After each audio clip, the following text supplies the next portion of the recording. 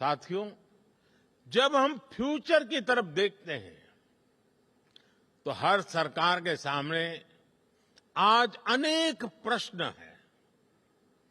हम अपनी national sovereignty और इंटरनेशनल इंटरडिपेंडेंस में बैलेंस कैसे बनाएं? अपने नेशनल इंटरेस्ट के लिए काम करते हुए इंटरनेशनल रूल ऑफ लॉ के प्रति अपनी कमिटमेंट पर कायम कैसे रहे? नेशनल प्रोग्रेस का विस्तार करते हुए हम ग्लोबल गुड के लिए ज्यादा से ज्यादा कंट्रीब्यूट कैसे करें?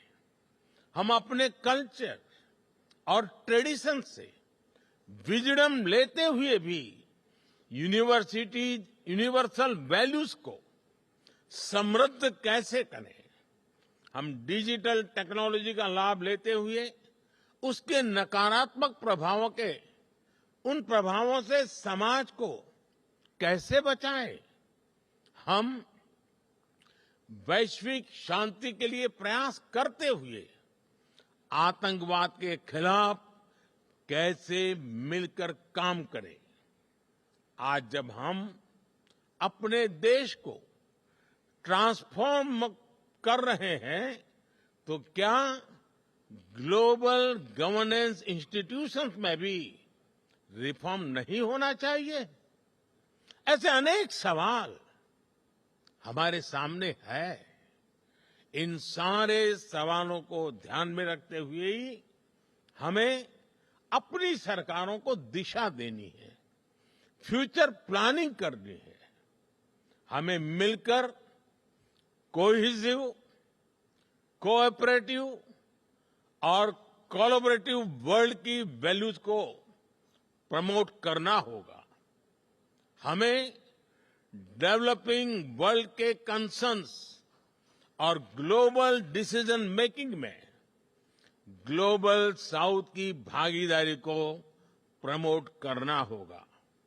हमें ग्लोबल साउथ की आवाज सुननी होगी, उनकी प्राथमिकताओं को सामने लाना होगा। हमें जरूरतमंद देशों के साथ अपने रिसोर्सेज और अपनी कैपेबिलिटीज को शेयर करना होगा।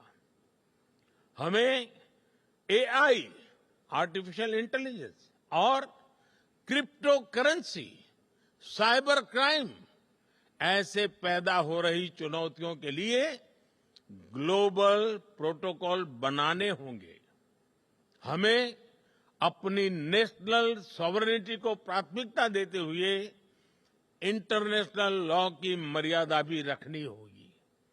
इन्हीं भावनाओं पर चलते हुए हम न केवल सरकारों के सामने उपस्थित चुनौतियों का समाधान करेंगे, बल्कि विश्व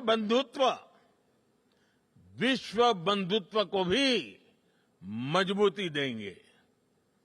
एक विश्व बंधु के रूप में भारत इसी सोच के साथ आगे बढ़ रहा है।